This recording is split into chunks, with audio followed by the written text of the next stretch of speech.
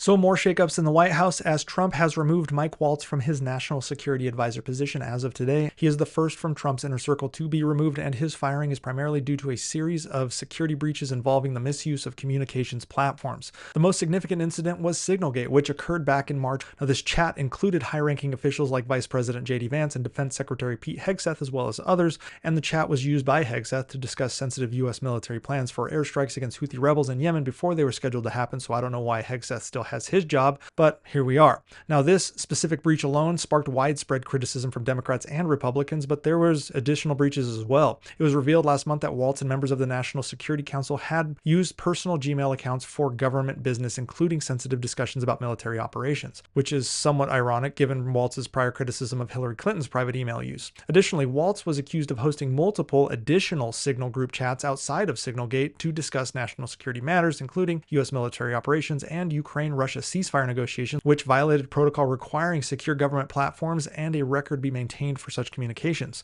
Now, the fallout from these incidents created a huge amount of pressure within the White House, and while Trump initially defended Waltz, describing him as a good man who had learned his lesson and attributed the signal leak to a staffing error, but that wasn't the case. Internal discussions among Trump's other staffers revealed that Trump was actually frustrated with Waltz's continued blunders. Trump was reluctant to fire Waltz immediately, though, because he didn't want to appear to cave to media pressure, especially when Trump publicly disparaged The Atlantic for its piece on Waltz. He also didn't like the optics of having to fire someone so close to his inner circle within the first 100 days, which would have made it look like there was internal strife in the White House. Nonetheless, by late March, senior officials, including Vice President Vance and Chief of Staff Susie Wiles, privately advised Trump to consider removing Waltz due to the embarrassment that was being caused by the leaks. The situation escalated when reports of retaliatory firings were taking place within the NSC staff because of the various scandals. White House staffers were also saying that Trump's decision was influenced by Waltz's hawkish foreign policy stance, clashing with Trump's America First approach and Waltz's inability to effectively coordinate interagency foreign policy, which is the sole job of the National Security Advisor. Now, there is speculation of Waltz's replacement being Steve Witkoff, which, God, I hope not, because he is just about as big a failure on the international stage as Waltz,